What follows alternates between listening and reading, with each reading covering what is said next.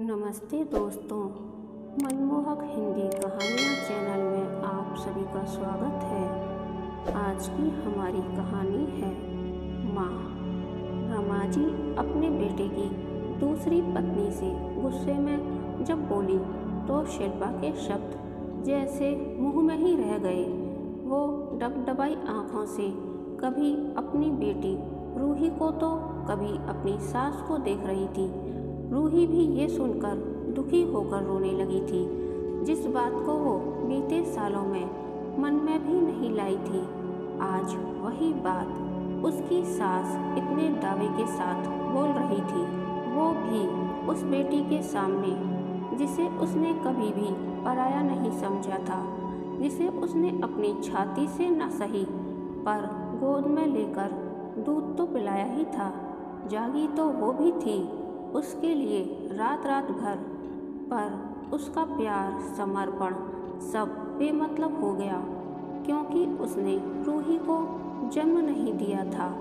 आज से 10 वर्ष पूर्व शिल्पा इस घर में 6 महीने की रूही की सौतेली माँ बनकर आई थी।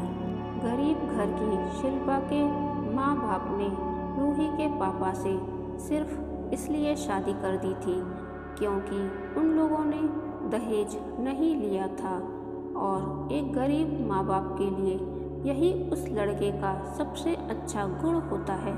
फिर इस गुण के सामने बेटी का भविष्य, उसके सपने, उसका खुद का जीवन सब गौण हो जाता है। शादी के पहली शाम ही रूही घुटनों से चलते हुए आंगन में घूंघट में बैठी शिल्पा की गोद में मम मम करते हुए चढ़ गई तो सभी मेहमान हंसते हुए बोले थे, लो भाई, रूही ने तो नई दुल्हन को अपनी माँ मान लिया, अब नई दुल्हन की बारी है। देखते हैं वो उसकी माँ बनती है या सौतेली माँ। तभी शिल्पा ने खुद से एक प्रण किया था कि वो रूही की अच्छी माँ बनेगी। ये सौतेला शब्द उसके आसपास भी नहीं आए, इसलिए उसने खुद कोई बच्चा न करने का फैसला भी लिया था, और रूही के पापा भी यही चाहते थे। शिल्पा ने रूही को बहुत प्यार से बड़ा किया, पर उसकी दादी ने उसे बचपन से ही ये बता दिया था कि शिल्पा उसकी सगी माँ नहीं है। शिल्पा चाहती भी नहीं थी कि उससे ये बात छुपाई जाए। वो रूही के जीवन में उसकी माँ की जगह लेने की अपेक्षा ही नहीं थी।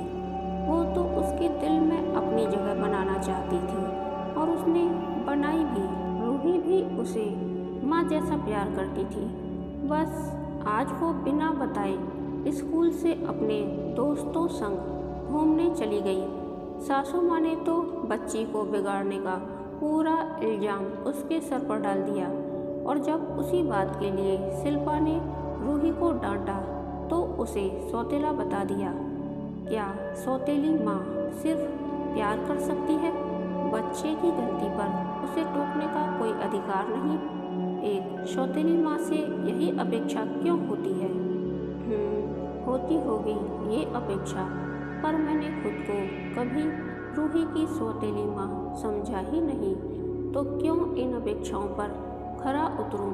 सोचते हुए शिल्पा ने बीच आंगन में बैठ रूही को अपने पास बिठा अपनी ननद को फ़ोन लगा दिया और उनसे सीधे से एक सवाल पूछ लिया। जी, आप जब छोटी थी तो आपकी गलती पर मम्मी जी क्या करती थी? वहाँ से शिल्पा की ननद का स्वर गूंजा। ये कैसा सवाल है भाभी? बस यूँ ही पूछा है, प्लीज़ बताइए ना। वहाँ से ननद का स्वर बचपन को याद कर थोड़ा खनक उठा था। वो उसी खनकती आवाज़ में बोली, अरे भाभी पूछो मत, माँ सिर्फ डांटती नहीं थी, पहले 2 थप्पड़ धरती थी, फिर कुछ बोलती थी, पर मुझे कभी बुरा नहीं लगा। आखिर वो माँ है हमारी, हमारा अच्छा बुरा उनसे ज़्यादा कौन जानेगा।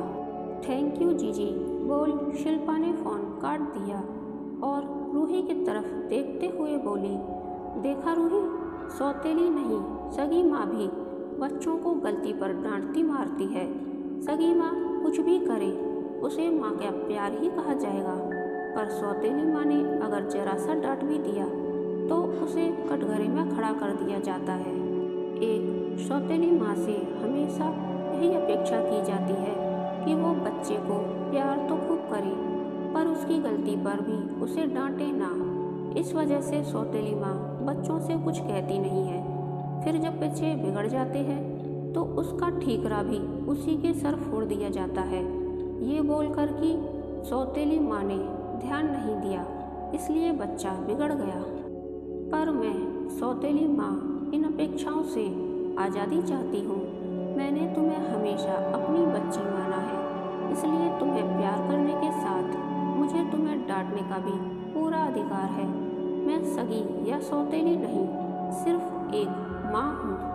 अपनी माँ की बातें सुनकर रूही शिल्पा के गले से लिपट गई और रोते हुए बोली, मुझे माफ़ कर दो माँ।